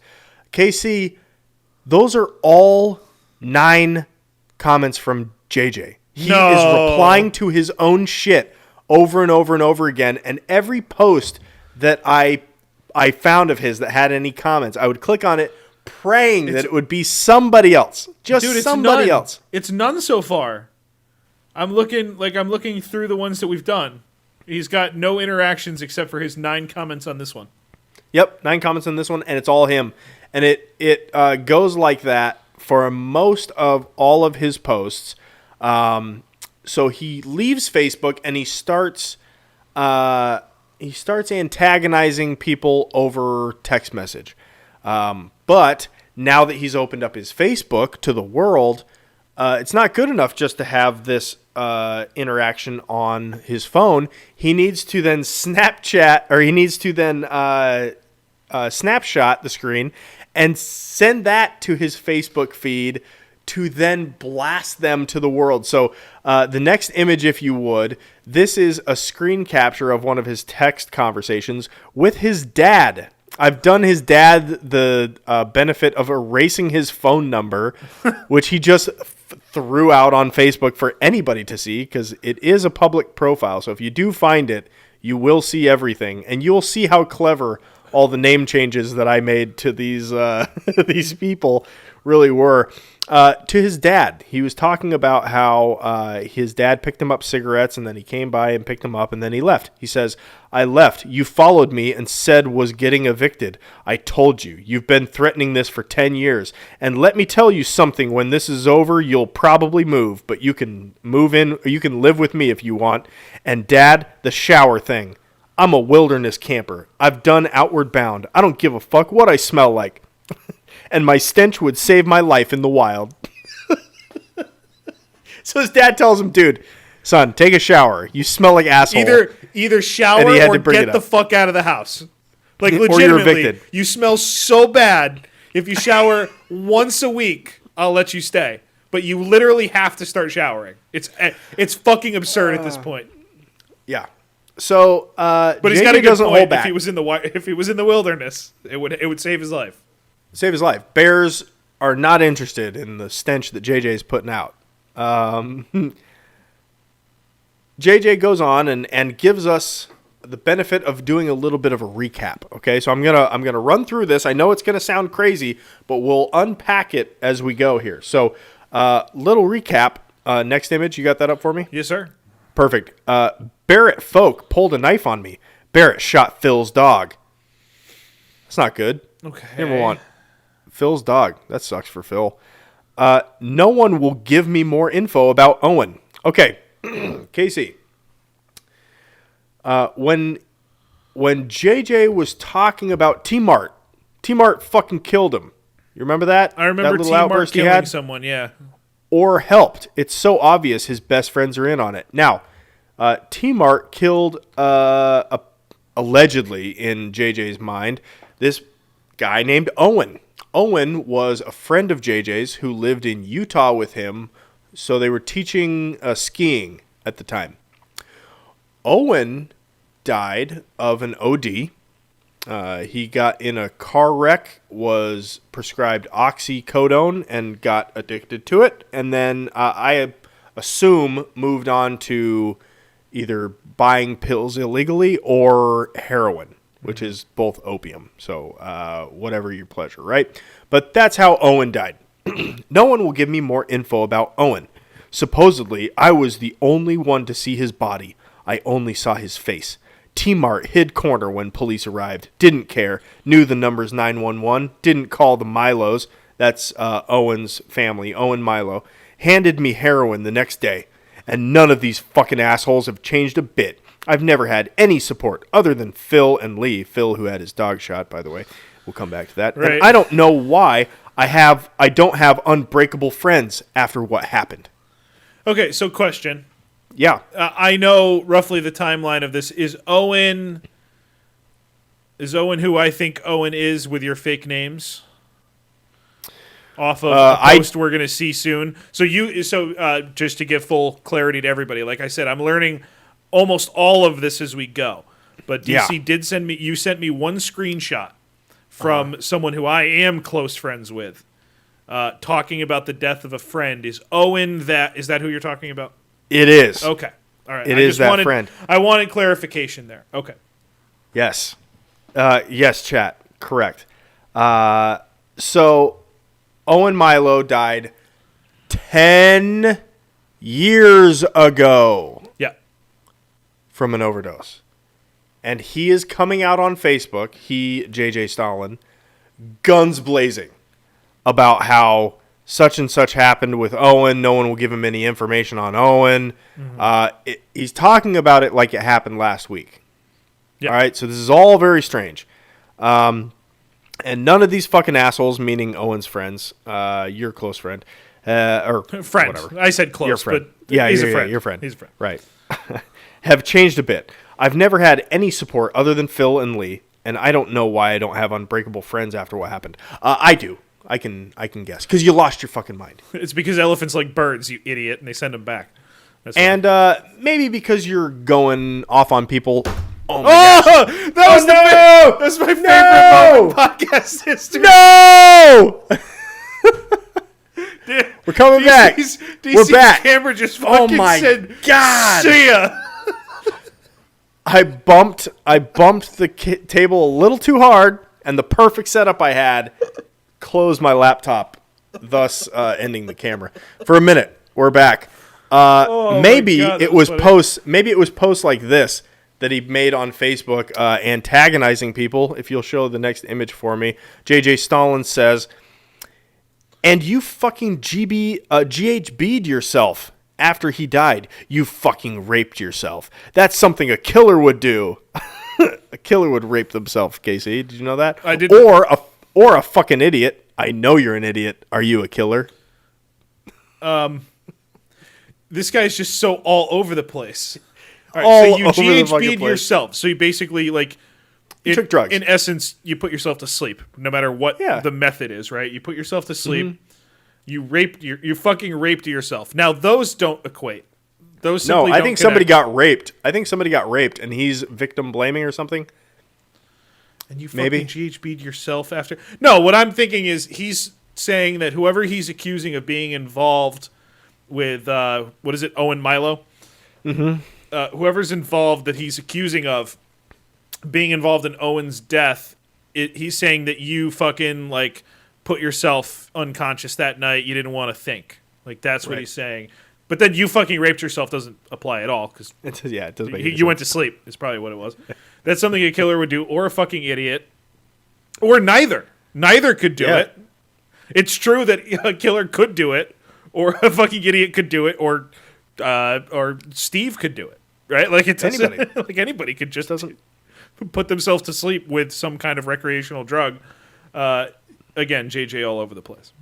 Yeah. Now, when a young person dies who has best friends who weren't expecting his death. Which, by the way, Owen was, I believe, 23 at the time.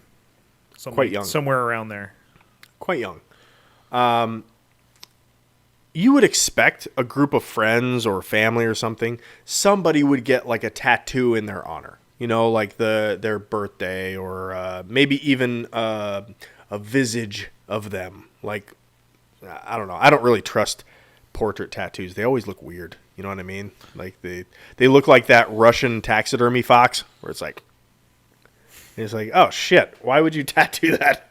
Oh, that's a terrible disgrace. But anyway, JJ dishonors the memory of this friend while trying to say how he was actually the best friend and how he was the one that could have saved him and he was looking out for his best interest and you all murdered him and you all did this. But just constantly just shits on his memory. And I don't know if JJ knows, but this is not how death, time of death works. The next image, if you would, for me. JJ says, "And your stupid fucking tattoos in Owen's memory, there's 24 hours where as far as I know, no one saw him. Why do you know he died on the 6th? Because I always felt it could have been the 5th. And they probably thought it was the 6th because that's when the fucking time of death was. Yeah, no, so JJ, if the announced time of death was 6 p.m. on the 6th, and all of them had a tattoo that said the 5th, then you could be wait a minute. What do they know? Wait a minute. What do they know? But he's like, no. Y'all got your tattoo. I know he died on the 5th. Wait, what? How do you know that? That's very weird. As far as I know, there was 24 hours before anybody found him from the actual time of death. Wait, what? That's very sketchy of a thing to say. Now, is it just Law & Order SVU, or isn't it when they discover a dead body under suspicious conditions, someone that is actually a professional goes and gives a time of death, right? Yeah. A kid that's 23 that overdoses, someone's going there to figure out how and why.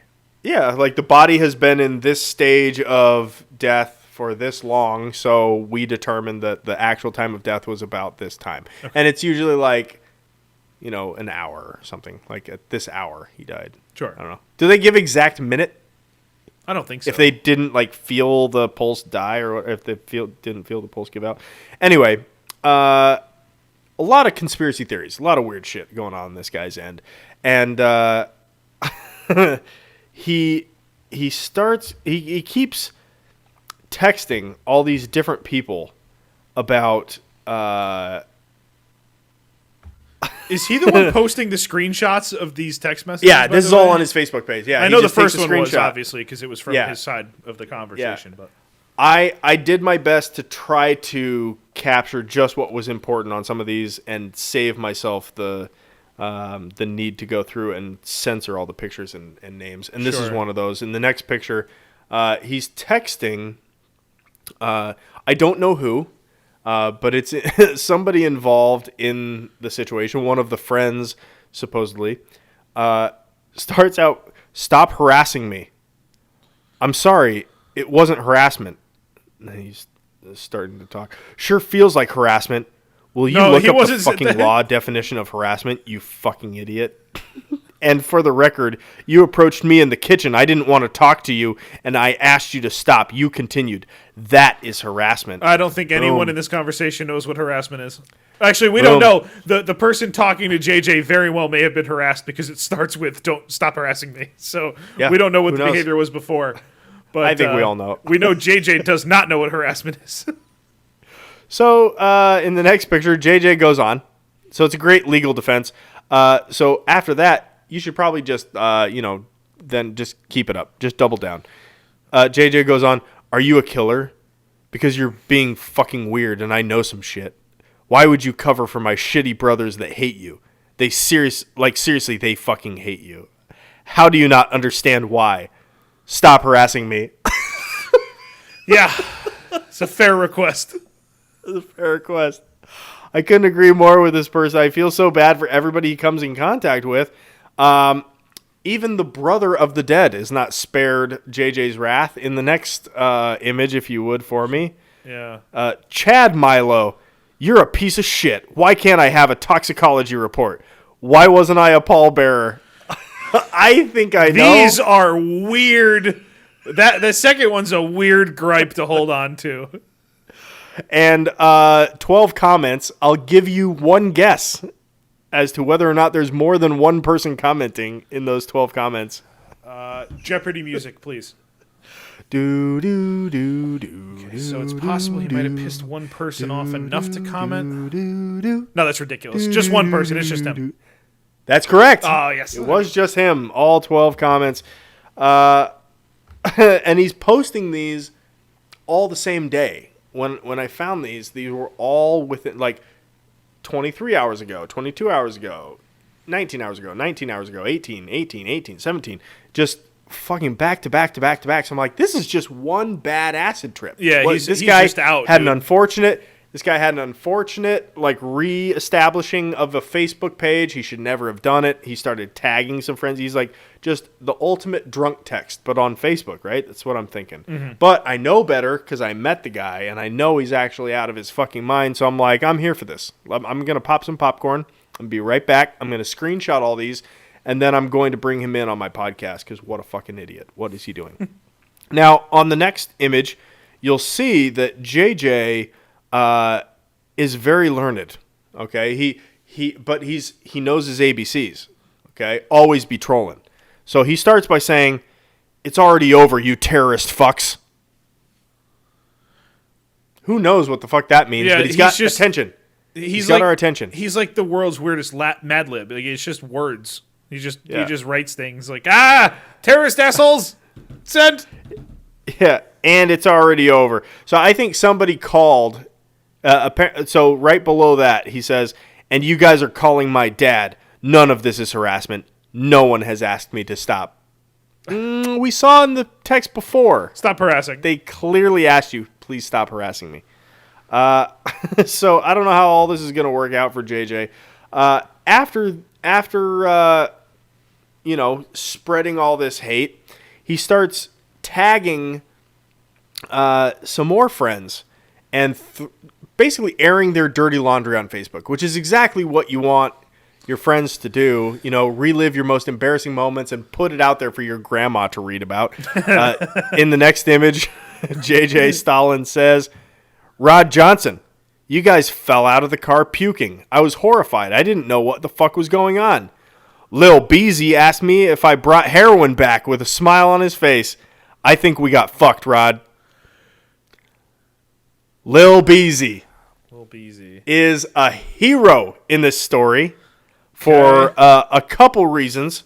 Number one, he's a hero because he was the true, apparently, best friend of Owen Milo. Okay? He and Beezy were like, that, son.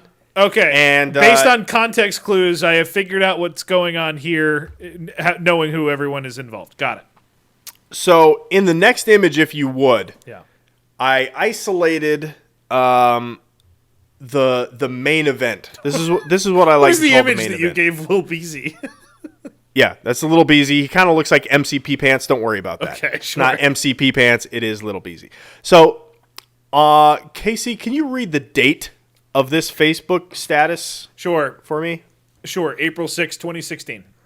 It's a long time ago. I remember you sent me this full post in the screenshot Yeah. you sent me. I remember reading it just on my own feed back in the day. It was much longer than this. Yeah. Yeah. Yeah. Lil Beezy writes on April 6th, 2016, 6 years ago. So we're talking almost 11 years ago. Yeah, it was April at this 2010 that Owen Milo passed away. Correct. 6 years ago, I received a call from my best friend about my best friend. Two different people. It's confusing, but I screamed, dropped the phone, and ran out of the house.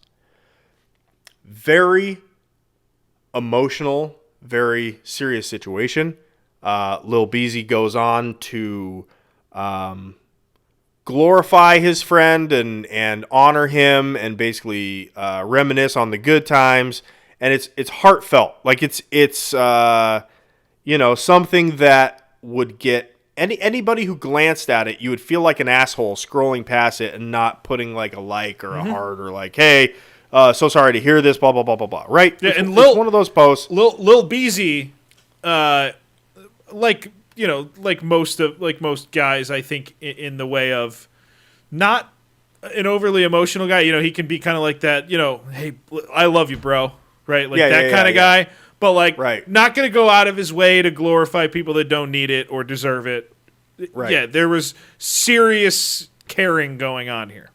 Like 3-4 paragraphs worth of honoring his and by the way, fallen friend. I believe, as far as I can remember, that is a yearly post of some kind. It's always different wording. It's always a different feeling. It's always like, it's been 7, it's been 8, it's been 9 years. I feel this way this year. I feel this way that like. As it is with many people posting shit like this. So the fact that actually he went back to 2016 to pick one, because there's more than one of these that exist, as you would imagine. So JJ, in the next image, if you will, for me, we'll go right into the comments section of this post from almost 5 years ago. The first one is from 4 years ago. So when this post was originally, fairly new. This person, who will remain completely anonymous because I didn't even want to go through the trouble of coming up with a funny name for them. They don't come back up again. It's just one of Little Beezy's homies, right? Yeah. Says, "You are a loyal love, brother, and stand by your bestie forever. Head shaking seems the pattern these days. Love you large. Sorry for your hurt." 4 years ago. 14 hours ago, JJ comes on in. Oh, boy. And JJ says, yoo-hoo, he hated because you're awful at everything. So hated you, he can't spell, because you're awful at everything. That's why he moved to Utah. That's kind of a weird reason. Like, hey, dude, I know we're best friends, but I'm moving to Utah. Why, man? Because you're terrible at everything. Listen, Lil Beezy, these pickup games are. You know what? You don't have it anymore. I'm gonna go to Utah and find some new guys. It's silly. So of course, Lil Beezy does not take the bait. Does not write back to this. JJ Stallin, same hour, writes yoo-hoo again.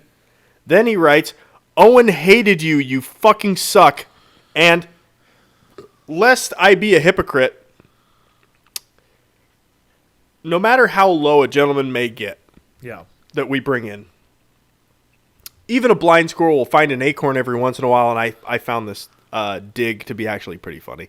And I think Lil Beezy would admit, if he didn't hate this guy so much that he probably wants to strangle him with his bare hands right now, he'd probably admit this is pretty funny too. He just couldn't get rid of you because you think you're ducking smart. Oops. You peaked in 7th grade, you shitbag. That's a good one. It's a good one. And listen, I met Lil Beezy when he was in high school, and he was captain of the basketball team. I think like cool motherfucker. I've hung out with him a few times since college, but high school was good. I don't know what's going on. I'm not saying he peaked, but that is funny. That's funny. the only funny line I've seen. We know that Lil Beezy was fond of high school. We do know that. That's true. We do know that. That's true. He was. And why shouldn't he be? He was the shit in high school for sure. And why shouldn't he be? Now, Lil Beezy did not take the bait then, but JJ Stall decided to up the ante, and instead of just poking at people on their pages and stuff like that, he would repost their profile pictures onto his profile and then shit talk them from there. And he did this to Little Beezy, and Little Beezy had it. So Little Beezy went off on him. He did another 3-paragraph, but instead of love, it was fucking hate, and it was fantastic. But it just it wasn't funny enough to bring in like it was probably so pissed. Like Barrett's was. Like so angry. Like Barrett's was. Now Barrett, as you know, shot Phil's dog. Oh, I remember bad guy. that. And the fun part about this is if you used real names, I bet I would know who most of these guys are. I don't know who Barrett or Phil is. So, yeah, I remember these guys. Yeah, sure. Yeah. So, he posts Barrett's Facebook profile picture on his own page and then starts poking at him, saying, once again, yoo-hoo. That's his favorite thing to say. Yeah, he likes Quite yoo-hoo. Strange. Do you want the next image? Yeah, he goes, hey, do you like falafels? He goes, sup, Nolan? And then this guy comes back and he says, I love falafels. Do you like them? Let me ask you, though, do you like apples? Well, I get paid well and live a healthy, clean life. How do you like them apples? Just throws it right back in his face. Beautiful work by honorary gentleman there, Barrett. Now, in the next image, this poor girl somehow knows JJ, probably from mutual friends or high school or maybe a neighbor or something like that. But this is a Facebook messenger text thread that's been screen capped. Yeah. I've named her Mary Sue. It felt appropriate because she comes right out strong with the religious shit. She goes, not sure what's going on, but know that I'm worried and I will pray for you. God will show you a way through your trouble and pain if you trust in him. Heart emoji.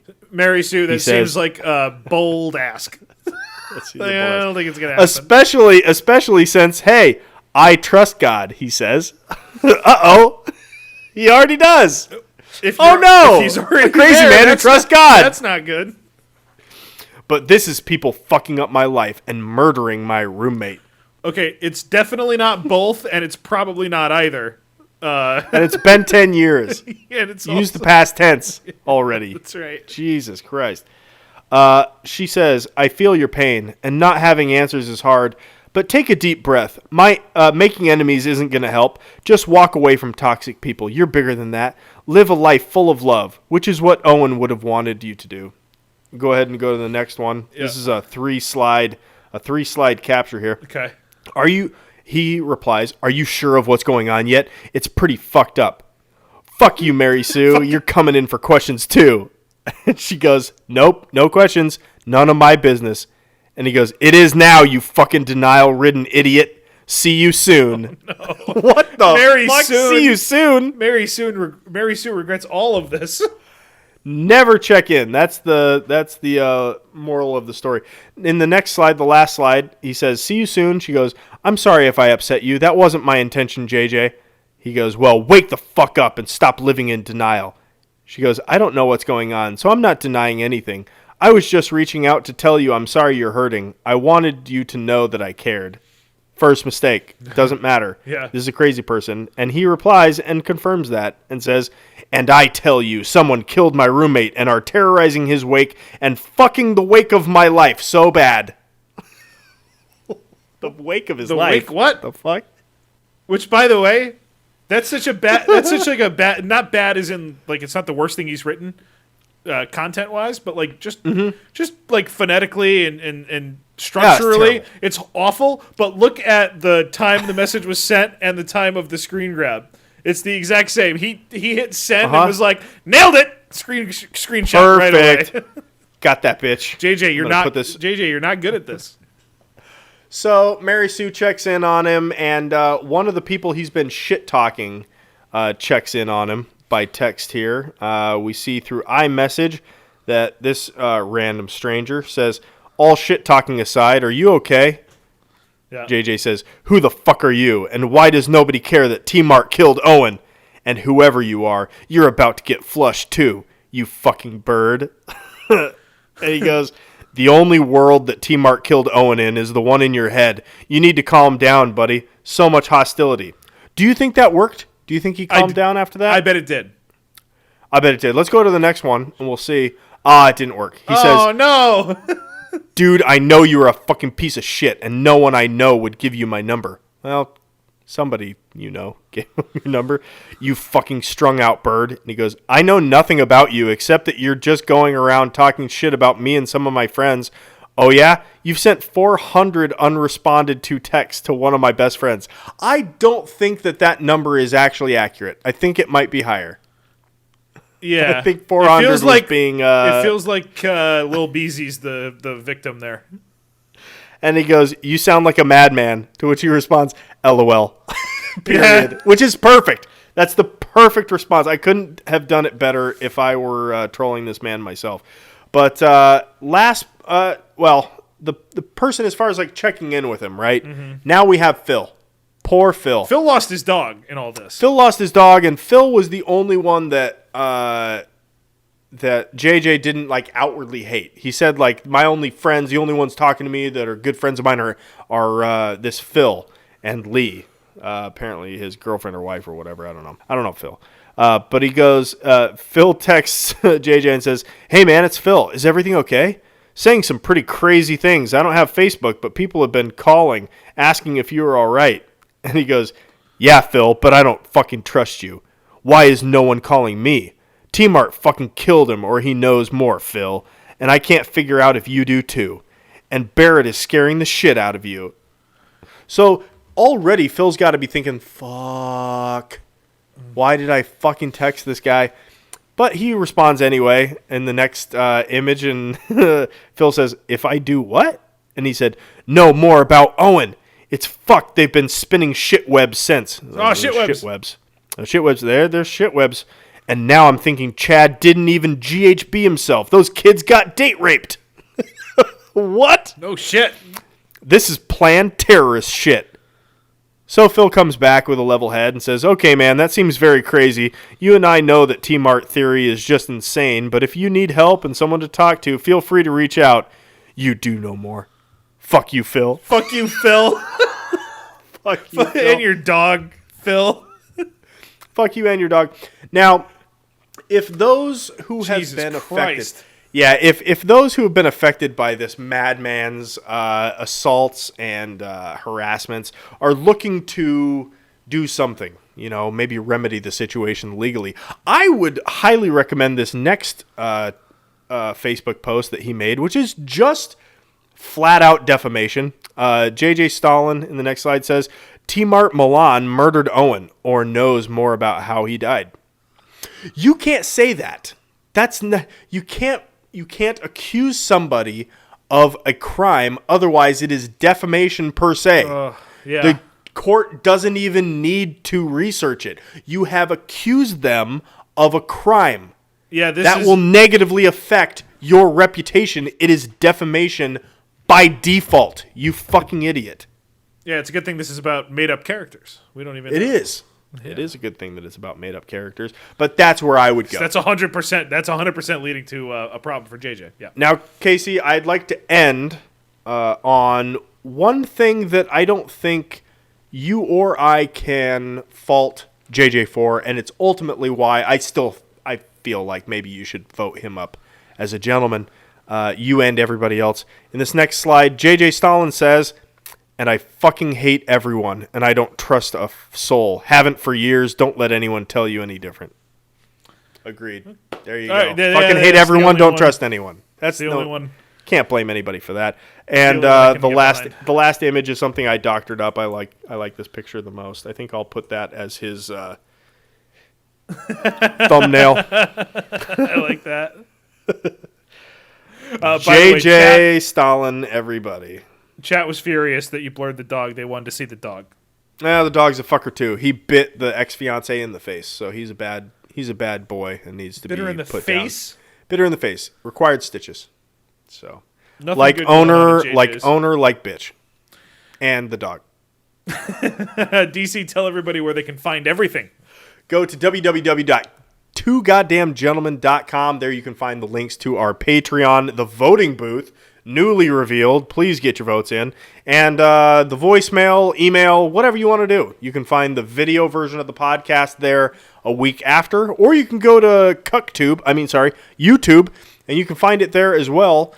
We are still working on the transition over to Vimeo. BitChute is another strong possibility. That's where Harry Vox has all of his crazy spewings. So maybe we join Harry Vox and Helen of Troy, or Helen of Destroy, excuse me, Helen of Destroy. There's over no better on platform. BitChute. No better platform than the one Harry Vox is on. Correct. That is correct. DC, we found two gentlemen, but I am not positive that we found the ultimate gentleman. So as far as that is concerned, that search continues. What you get for talking all that shit, you fucking asshole? Wolves aren't gay, USA. Wolves aren't gay, USA. So there you go. Isn't that a great story, ladies and gentlemen? Thank you guys for watching. Bye. Meeting adjourned.